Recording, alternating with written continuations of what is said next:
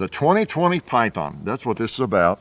And I wanted to show it to you before we shoot it while it's clean. I've been shooting it a fair amount, and I cleaned it up here just a minute ago. I wanted you to see it, and it's clean splendor, okay? It is they call it a semi-bright stainless, and you know, it's not highly polished, but it looks pretty good. And there it is, inside and out. Double action, boom. Hey, let's get the Kentucky 2-liter right away. Get it out of my face. Oh, and let's smoke a little pot right away. Woo! Wow. Hey, that Python is a real pot smoker. Did you notice that? So, hey, it shoots, it works. So, yeah, been shooting it, and as I said in the shooting, or Sunday shoot around, I showed it, the first, I don't know, the first round of ammo or two, a couple of times, it sort of hung up. Like, oh, cylinder wouldn't continue turning, you know, and had to kind of jiggle it and get it going, and that's not good. But I shot some more, and then I cleaned it, and, you know, scrubbed it up, and I don't know if there was a piece of powder, grit or something in there, or if it was just a little burr on the metal.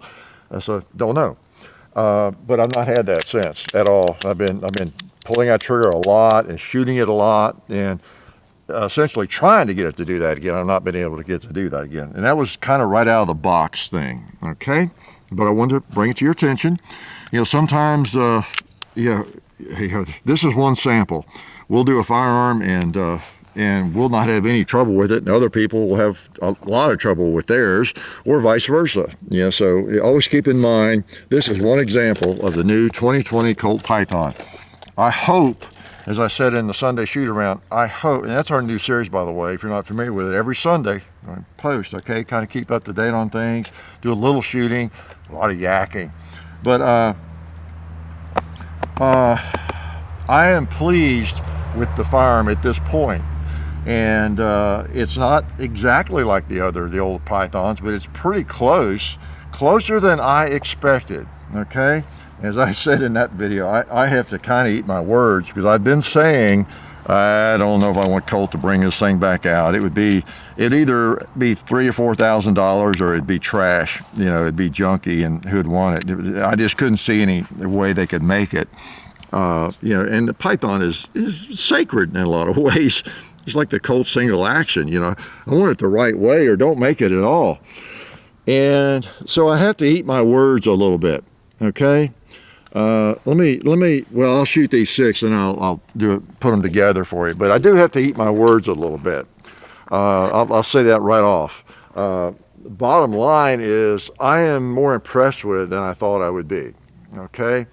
And we'll see how it goes. You know, it could be that people start having lots of trouble with them or something. I hope not, because I want it to be successful. And I have already seen a few things online about somebody having some trouble with a couple of different things, light hammer strikes and whatnot. But hopefully, and you can have a problem with any, you know, single example or sample of any firearm, of course. But we'll see. The truth always comes out on the internet, doesn't it? As well as the fiction. we get both on this thing called the internet. All right, let's shoot these 6. Oh, let's just shoot the tree. Woo!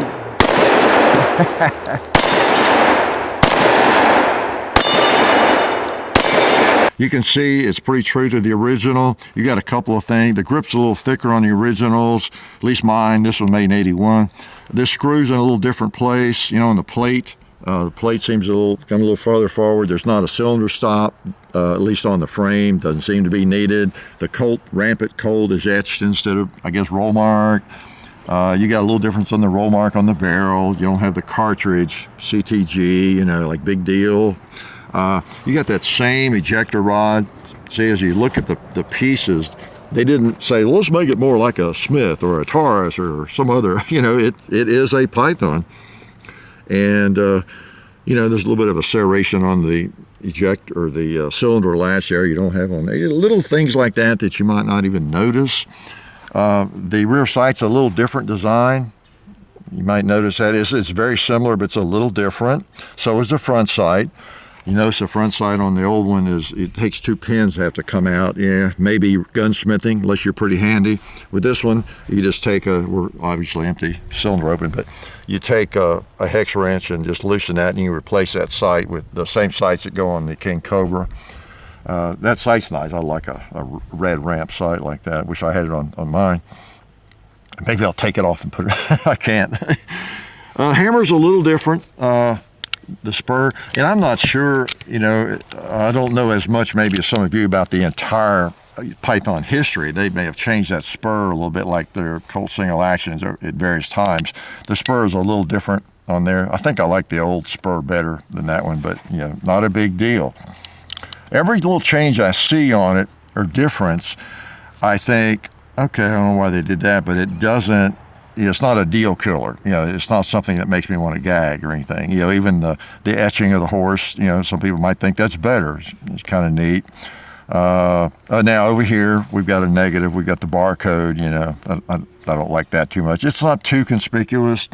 And the serial number's on the frame, whereas on the old one, it's under the latch there. So that's really a better place for the serial number, in my opinion. The barrel has a little different markings on the right. You see that. I don't know that it's any worse. You might like it better. You know, it's got the Colt, Hartford, Connecticut. So nothing about that is a big turn off to me. Yeah. So most I'm talking about cosmetics. The grips are not as nice, I think. I guess that's a laminate. And the one thing I don't like about the grips as much is they're not as thick. When I shoot it one-handed with the Magnums, I can feel it. You know, the thickness of these grips helps in that regard. So if I were, and if I owned it, I'd probably look for some bigger grips, just slightly bigger. I want wood. I like the Colt medallion. I don't want to get away from that necessarily. John's noticed the Colt medallion is recessed a little more on that side than it is on this one. Not as impressed with some of that woodwork on the grips necessarily. So you got that. This one is a little beefier in the frame back here.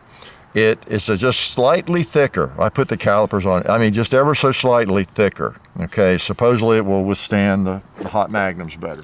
Okay, it's got I think a 1 in 14 twist in the barrel. Supposedly good for almost any of the modern bullets. It's a 6-groove barrel. I'm trying to think. Some other differences will come to me, but by and large, it is a Python. And it doesn't strike you as, hey, did you get that one? It doesn't strike you, this Python, as being like a cheaper, lame attempt to make a Python. And that's what I was afraid I would see, a cheaper, lame attempt. Now, you may think it's lame, and I don't know, maybe in a couple of ways you could use that word, perhaps, but overall, it doesn't seem to be lame.